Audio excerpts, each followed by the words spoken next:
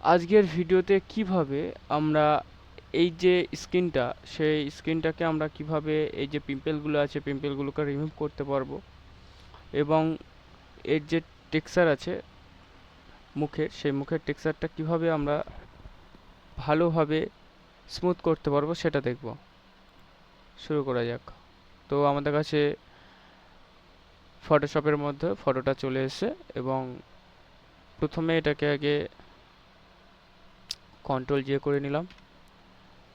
ওকে, J করার পরে duplicate করে নিলাম লেয়ারটাকে। এইবারে আমাদের হিলিং ব্রাশ নিতে হবে। সফট হিলিং ব্রাশ সিলেক্ট করে নিয়ে এই যে বড় বড় যে বাম্পস আছে সেগুলোকে আমরা আগে সিলেক্ট করে নিলাম।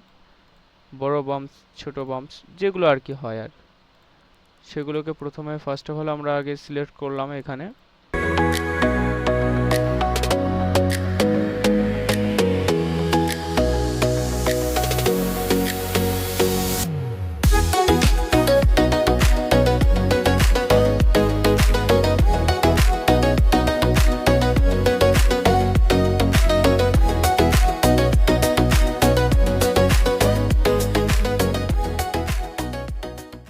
ফটোটা আমরা এই যে পিম্পলগুলো আছে পিম্পলগুলোকে আগে রিমুভ করে দিলাম। দেখে নিতে পারো ঠিক কেমন ছিল আগে, এখন হয়েছে এমন। এই যে ওকে, চলো এই যে লেয়ারটা আছে এই লেয়ারটাকে আমরা কপি করলাম। করার পরে আচ্ছা এটাকে আমরা কনভার্ট করে দিলাম। হ্যাঁ, এবার এটাকে আমরা ভিভিএন লাইট করে নিলাম। করার পরে ফিল্টারে গেলাম, আদার্স, হাই পাস।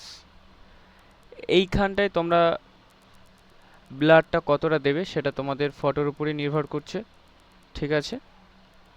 তো আমার এইখানে সর্বোচ্চ আমি যদি দেখতে চাই,